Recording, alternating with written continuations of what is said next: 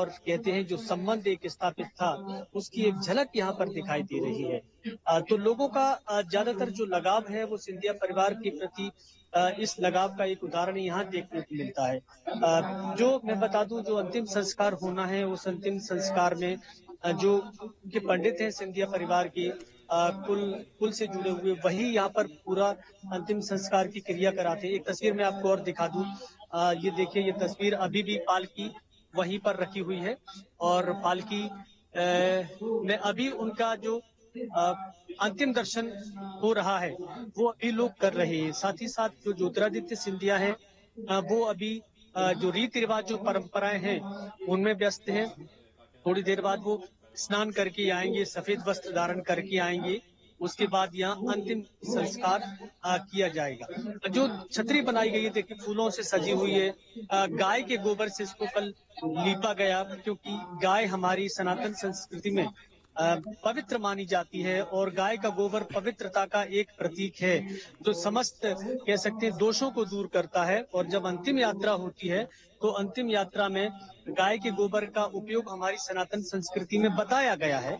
इसीलिए कहीं न कहीं देखिए, जो रीति रिवाज और जो परंपराएं हैं, अंतिम क्षणों में लोगों का यह प्रयास होता है कि उसे पूरा करें, ताकि जो जाने वाली आत्मा है, परमात्मा में विलीन होने वाली आत्मा है, उसे एक ऐसा देव स्थान मिले, भगवान उनको अपने चरणों में स्थान प्रदान करें, ऐसी लोग कामना करती है। तो ये सारी चीजें उसी के लिए की जा रही हैं।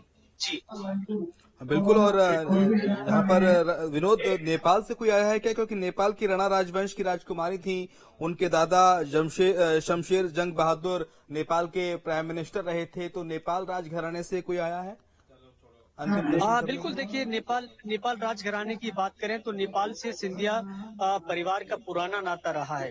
राजमाता विजय राजे सिंधिया, जो बड़ी राजमाता, जो ज्योतिरादित्य सिंधिया की दादी थी, वो भी नेपाल से जुड़ी हुई थी। उनके बाद फिर माधवी राजे सिंधिया, जिनके दादाजी नेपाल में प्रधानमंत्री रहे, राज परिवार वहां से भी लोग आए हैं।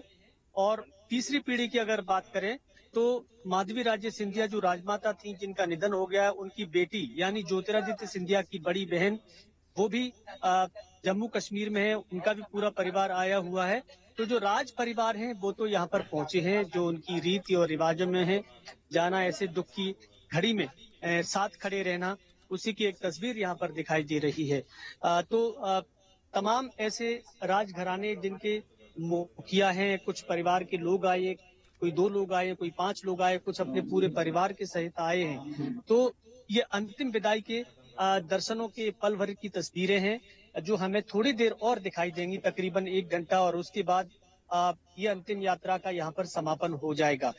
जब तक यहाँ उनके अंतिम दर्शन चलेंगे, लोग रहेंगे, और जब अंतिम यात्रा पूरी हो जाएगी तो उसके बाद देखिए 13 दिन का जो शोक होता है सिंधिया परिवार में, वो रहेगा। लोगों का आना जाना, उनको श्रद्धा सुमन अर्पित करना, ये सारी चीजें देखने को मिलती हैं हिंदू संस्कृति में। तो उसी के अनुसार, उसी का मूल आधार है ये मराठा संस्कृति। कहते हैं कि दोनों ही लगभग एक जैसी हैं। तो यहाँ पर भी हम देख रहे हैं इस अंतिम विदाई में उन सभी रीति रिवाज और परंपराओं का पालन किया जा रहा है। जी बिल्कुल। और एक महत्वपूर्ण बात जो बहुत ही कम